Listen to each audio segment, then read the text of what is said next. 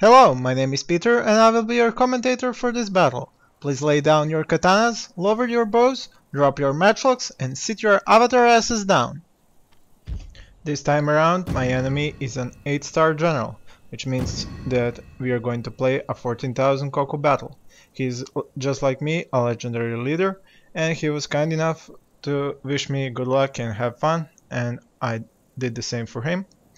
We are going to fight on a map called Kyusan Temple. It's a map I like because of the ability to fight in the middle and also have some forests, nice ridgeline, several key buildings, and they are kindly enough placed just in the middle, so nobody gets too much of an advantage. I'm going to rewind this a bit forward for you guys so we can start the battle. And here we go. My standard, the large army for 14,000 koku funds games. 2 bow cavalry, 2 Naginata samurai, 2 no-dachis, 1 testibo monk, 2 yari cavalries, 2 great guards, 1 light cav, 1 mountain naginatas, and 3 naginata attendants. I usually like to set up my cavalry in 2 wings. One wing consists of 1 great guard, 1 yari cavalry, and 1 light cavalry, while the other one consists also of 1 great guard, 1 yari cavalry, and in this case mountain naginata. I said this in my previous video. I like to do this because I like to let the enemy charge into my light cavalry, which I can just spend on his attack, and use my stronger cavalries to attack him in the flanks or the backs. Then I proceed to setting up my infantry. I like to mix up the Naginata and the no-dachis because each has its own advantages and weaknesses because of their differences. While the Naginata samurai have high armor, the no-dachi have low armor. While the no-dachis are fast, the naginatas are slow. While the no-dachis have swords, the naginatas have, well, naginatas, so they can fight cavalry. And I like to have them mixed on my right and left side of my testibo monk and my general to be able to defend or attack depending on the situation. I've first decided to put my Naginata attendants in the forest and creep up on the sword dojo, sorry. But then I figured out that, what the hell, the enemy knows that I'm gonna go for it, he's gonna go for it, we're both gonna go for it, so why hide? I proceeded to setting up my bow cavalry in a single group so I can control them more easily, and I am pretty much ready to go.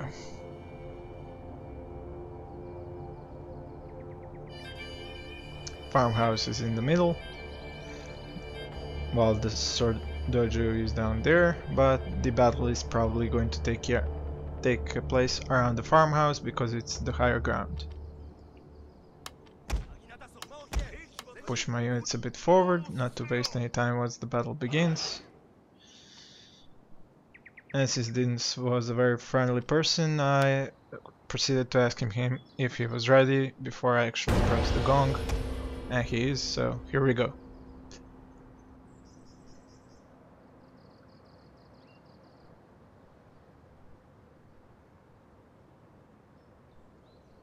Here we go.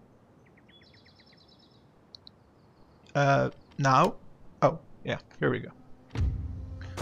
Yeah, he thought if I was a German or not. I had to answer on that. But that could have been considered an evil little trick because he could have hit gong while I was typing and got his units running before I could, so it's a very good question. Was that intended or not? So as we can see, he has matchlocks, a unit of bows, and a whole lot of spears and naginatas. This of course means that I'm going to have a very hard battle in front of me because my army is, let's say, 50% in cavalry, if not more, if you count the bow cavalry. So I'm going to have a lot of trouble trying to breach his lines that are full of spearmen and naginatas. Especially those matchlocks present a big challenge because they're samurai units and have high armor, and my bow cavalry will not be able to put much of a dent in them.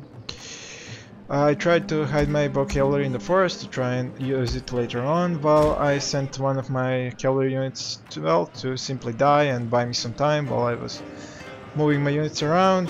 He did have his archers exposed and his matchlocks, so I tried to get a quick attack, but he was quick enough to send his Naginata tenants as cheap meat shields or cheap protection units to stop my cavalry, but then again I knew the cavalry was going to die. I just needed to buy some time to move my forces into a better position.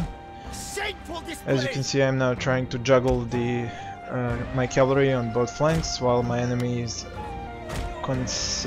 taking a stand in the middle and surrounding himself with spear units, which is going to make this juggling of cavalry even more difficult.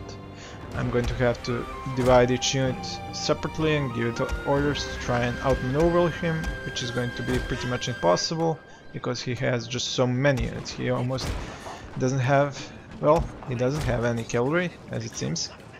He now proceeds to pummeling my units. You can see one of my no-dachi units is already down 30 men, and it's just gonna keep dropping while I blindly charge forward. I know some of you are going to say, well, you should have tried to kite with your bow cav and fought like that for some time and then attacked him later on while his matchlocks will dwindle down, but as I said, these are samurai, they have higher armor, that would take forever, and I'm not the kind of person that waits for that. I dismounted my cav and I found one unit of his cav, and as you can see, my enemy has proceeded to set up pretty much a fortress build with his units that are set up in wide lines that are preventing any sort of cavalry attack. You can see my line of no-dachis has buckled and he is proceeding to attack my general, which I'm going to try and pull back, use my Naginata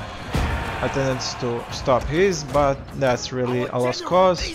I'm still jungling my cavalry and I'm finally finding some holes in his defenses to try and send some cavalry to attack his general and his matchlocks, but my infantry component is already losing the battle. The right flank has been lost, the middle is waning down, only my left flank is still operational.